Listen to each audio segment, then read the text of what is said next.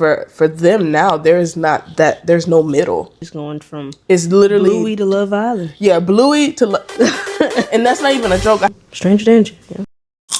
Welcome back to the playground. This is another episode of Snack Time, and today I have a special guest. She's a great friend of mine. We've been friends for like 3-4 years now. We met at FAMU. Go Rattlers.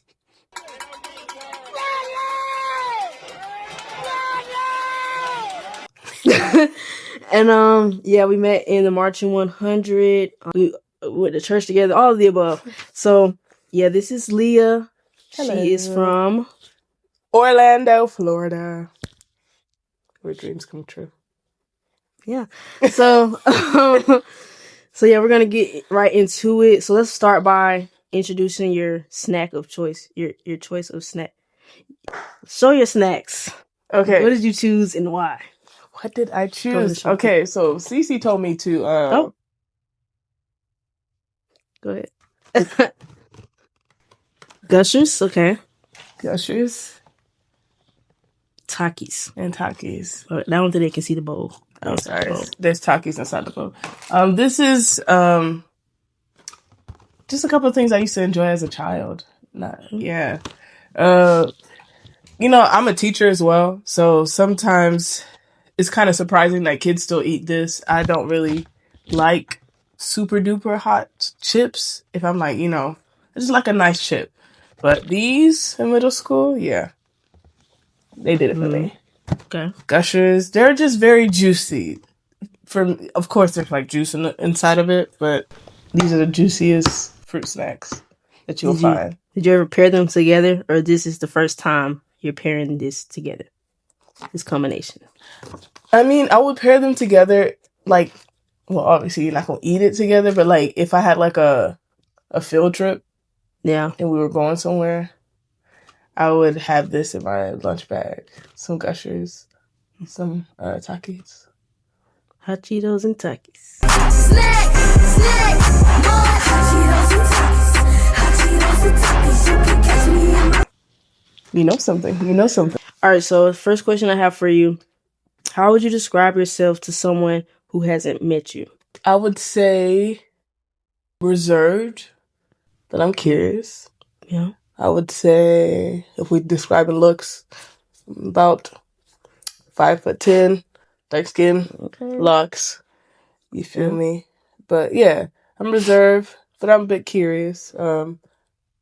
Yeah, I think I'm just real chill. Yeah. But I'm open to conversation. Okay. So, just from me knowing you, that's how I would describe you too. But I also say very artistic, creative, fashionable. Hello. And just like all around sweet person. But so now that we can kind of understand how you would describe yourself to someone, what would you say has changed or what hasn't changed? Like how can I say this? What has been the same about you from when you were younger versus now?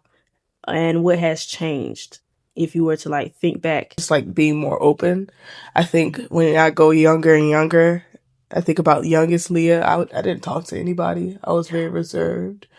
But like shy. I think what changed is that I realized that I can be reserved and myself and it not be like a shy thing. So I wouldn't say I'm shy now. I would say I'm open to conversation. I don't shy away from it as much as I did.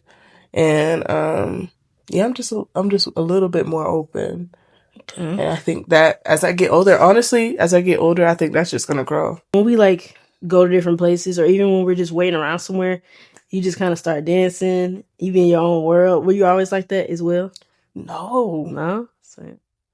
No. As a child, I was very shy. Like, I think I would just come in and sit somewhere and not really say anything or observe the room. In some ways, I still kind of do that. Yeah, and that for me, I just feel like if I'm in a space where I'm still learning people, that I want to be so up, Yeah.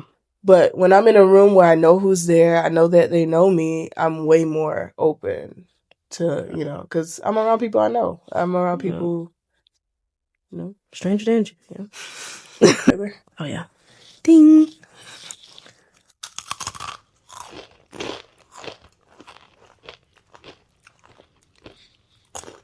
Mm-hmm. Oh. Yeah, we're gonna put that down. I'm gonna finish it out though. Would you rate that? No. Like an 8. It's pretty high. Okay. How would you rate that? It was good. I was being very dramatic. It wasn't that spicy. It was just like it got me in the throat. Yeah. But I would give it a 7. Okay. Tastes like childhood for me. I don't know. It's different. Back then, it was darker. I feel like. Yeah. It was. I think darker they had and back then. I think they had spicy. way more spice to it. Like they used to Yeah. have way more seasoning. You know they sell the Taki seasoning. Why would they do that? I don't know, but they sell it. What do you hope people see when they see you or speak to you? Like, you know, first impressions are everything, but when we meet people, we just hope we walk away and they got something from it. So what would you say that is for you? I hope people feel heard. I hope people feel comfortable. I think those are the two main things. There's other things like I hope people, you know, feel understood and all that things. But I feel like making people comfortable to just be themselves and not like put like some type of perimeter around it. Like I don't like when that's done to me because I know what it feels like to be uncomfortable. So I hope that like when people walk away, it's like, oh yeah, she's pretty cool. I could just be myself. I think that's something I really like want people to take away. Yeah.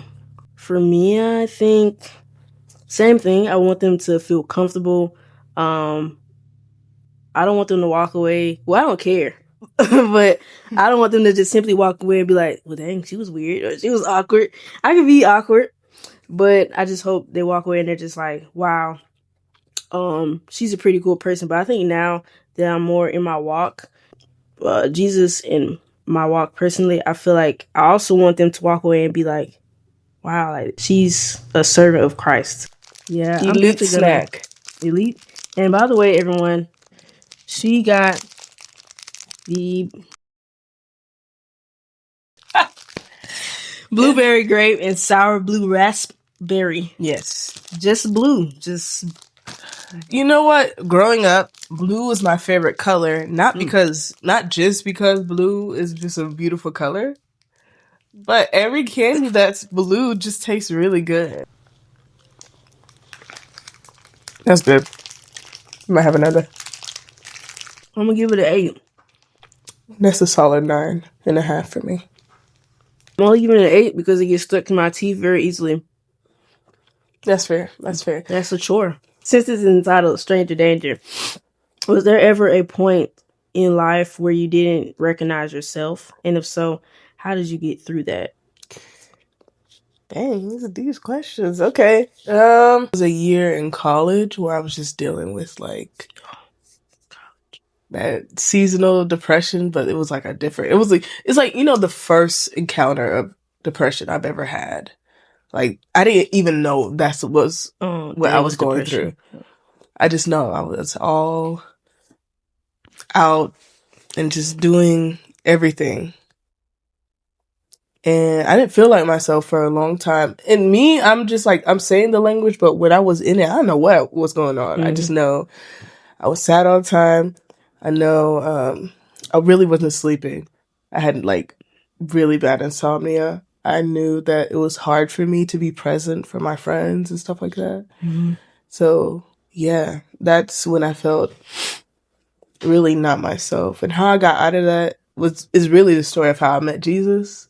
And how I came into contact with Jesus. A friend invited me to church, and that's the first time where I allowed myself to. It just felt like a weight that was lifted off of me, and I just kept going. And then I went to a conference, ENC, and I heard the voice of God, and I think that was the first time I actually felt comforted by God, and I felt like He's seen me.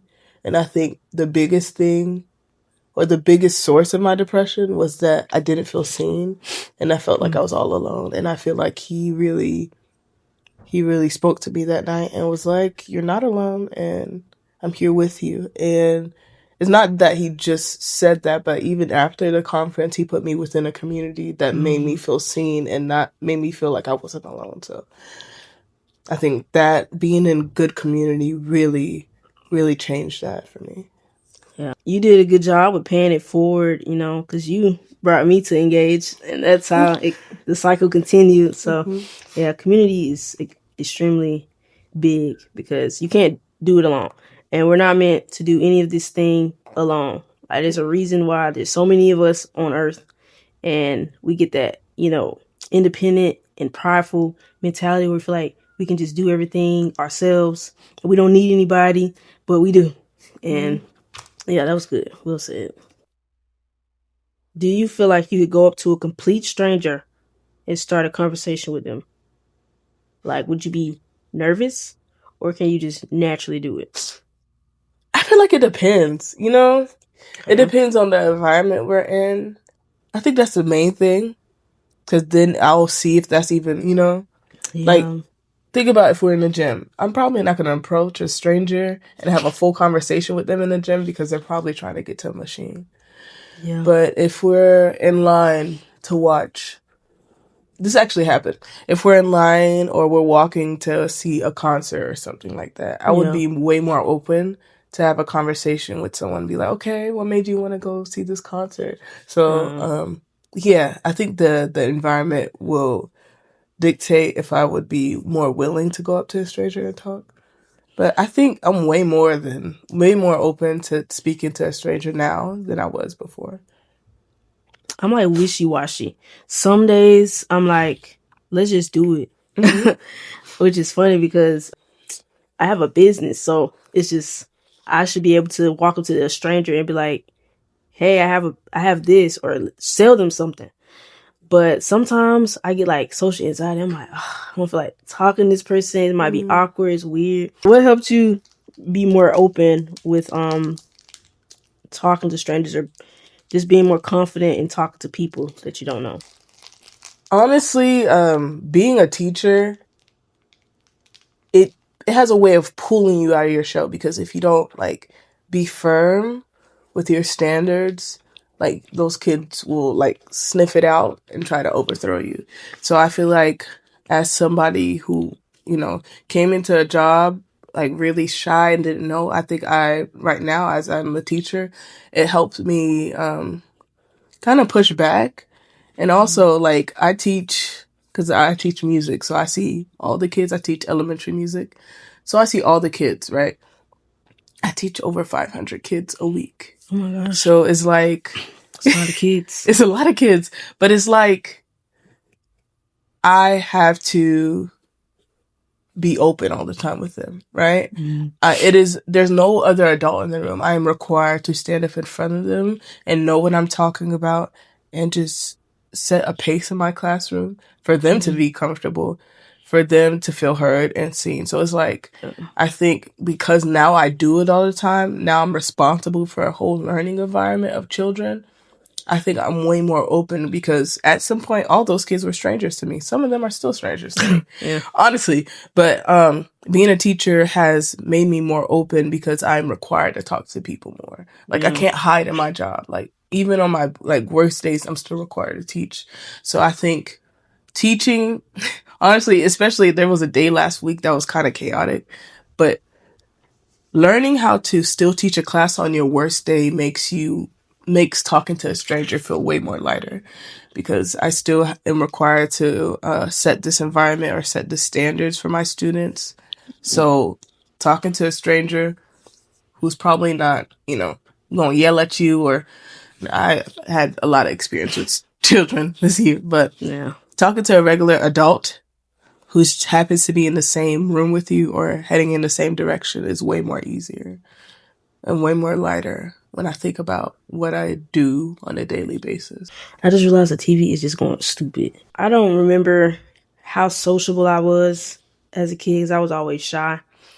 But are you noticing like the kids, they're strangers amongst themselves, especially when they go outside to play or do activities. So do you feel like with today's society, especially with technology being such a prominent thing in the new generation, do you see the social aspect being like something that's extremely different from how we came up? And like, I guess how do you notice their behaviors, their social behaviors?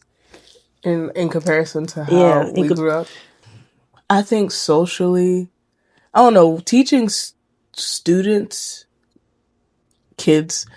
kids have made me more like, it had made me think more about my childhood and what I was like. So I see a lot of kids who are kind of like me, who, like, as a child, I kind of really wanted to fit in. Yeah.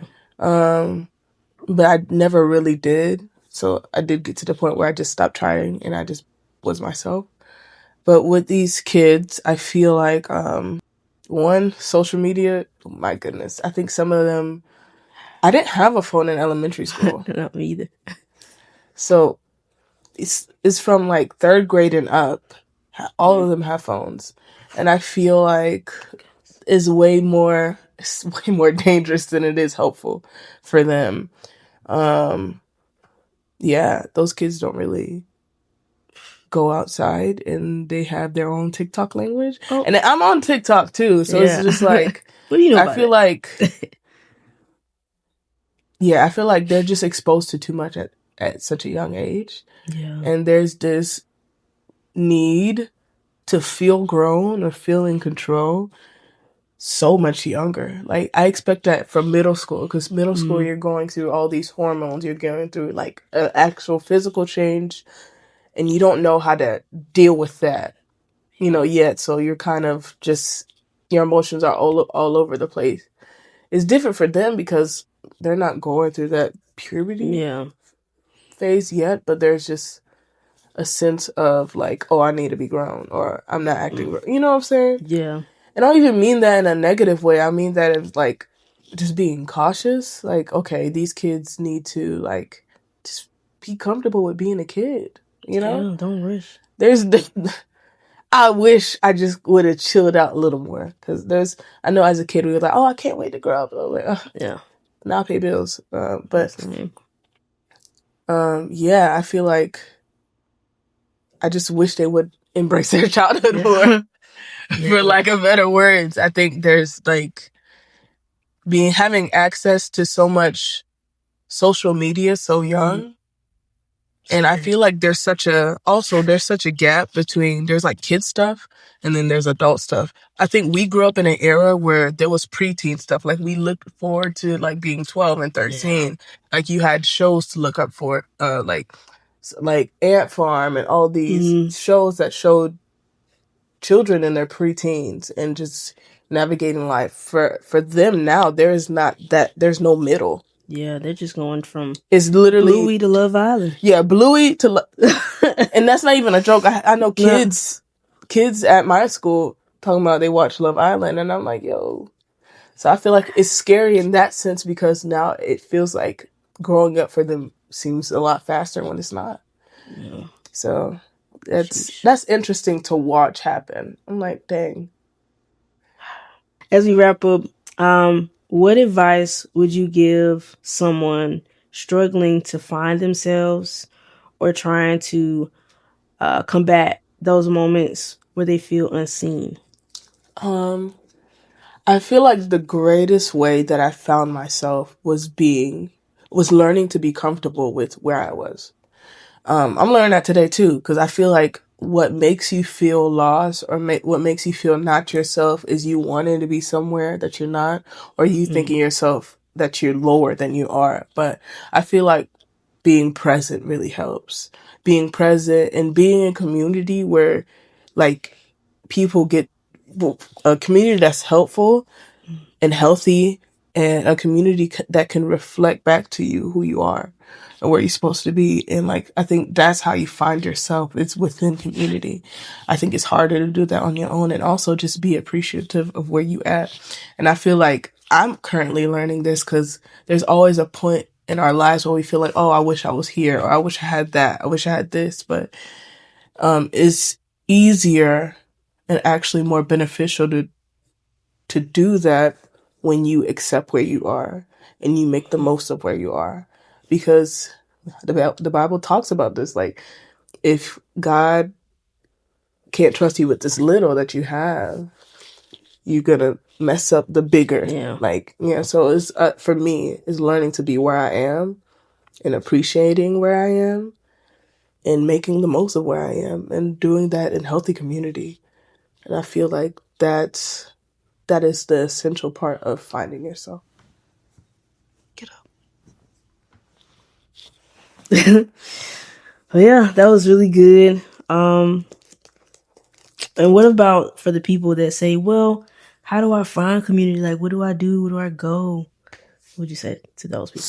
Honestly, especially like if you're a believer, I feel like joining a church is really helpful because it's a group of people who's also trying to find themselves. So it's like mirrors of each other. Like, it's like you're learning about the Lord, you're learning about your walk, and then other people are learning about their walk as well. So I feel like there's good community out there, and I feel like you have to be willing to step out of your comfort to find that. That's where I found mine, honestly, at church. Also, like, finding people who has similar interest in you. Because I don't just find anybody and be like, okay, cool, you my friend, but the moral thing, the ideas, your values, those things that you can't really compromise, like, that is important too. Very. So for my community, especially when I really got right back with the Lord, it was good to be in community that reflected that. So definitely, I would suggest finding a church. Indeed. Well, thank you so much for joining Snack Time and being a part of the playground. Hope everyone enjoyed the episode. If you haven't already, go ahead and watch the previous video, the intro video, if you want to know more about what you can expect moving forward. And what are your socials? Where can the people find you, if you're willing to share? I am on Instagram. My name is Leah, KraveTheLeah.